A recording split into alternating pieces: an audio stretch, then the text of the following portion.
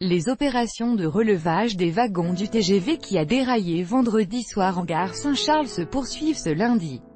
Conséquence des opérations de relevage et des enquêtes en cours, le trafic des TER devrait rester perturbé jusqu'à ce vendredi. Le trafic des trains grandes lignes TGV, Ouigo et Intercités est quant à lui normal. Le trafic est revenu quasiment à la normale en gare Saint-Charles à Marseille, mais les opérations de relevage se poursuivent. Une trentaine de techniciens se relayent depuis vendredi soir afin de relever les deux wagons du TGV qui a déraillé aux alentours de 18 h à son arrivée en gare Saint-Charles. Près de 350 personnes étaient à son bord, mais l'incident survenu à une vitesse de 27 km/h n'a, heureusement, fait aucun blessé. Ce lundi, le trafic des trains grandes lignes TGV, Ouigo et Intercités est normal.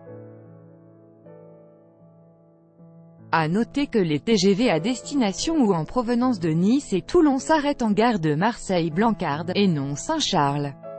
Retour à la normale vendredi. Le trafic TER en région PACA est néanmoins impacté du fait de la réduction du nombre de voies pour les opérations de relevage.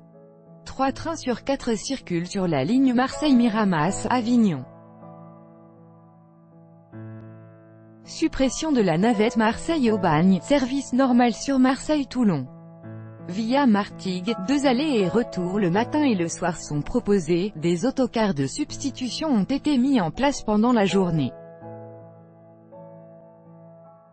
Le même dispositif, 2 allers-retours le matin et le soir et des bus de substitution la journée, a été mis en place sur la ligne Marseille-Aix-en-Provence.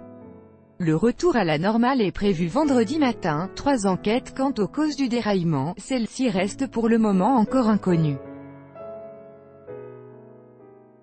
3 enquêtes ont été diligentées, une interne à la SNCF, une autre menée par la justice et une troisième par le Bureau d'enquête sur les accidents de transport terrestre, BEATT.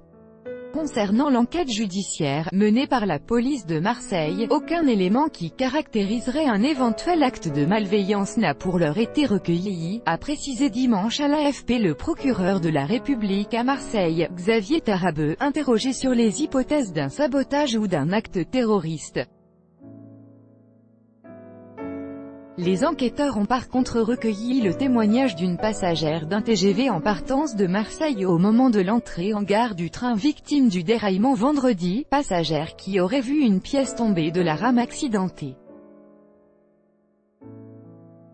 Un morceau de pièce a été retrouvé, qui pourrait correspondre à ce témoignage, mais il faut rester très prudent, a insisté le procureur, soulignant que quand bien même ce serait le cas, ce n'est pas forcément cette pièce qui aurait entraîné le déraillement. Le seul déraillement connu jusque-là dans l'histoire des trains à grande vitesse est celui survenu lors d'une phase de test sur la ligne entre Strasbourg et Paris sur laquelle un train avait percuté un pont à près de 243 km/h, tuant 11 personnes.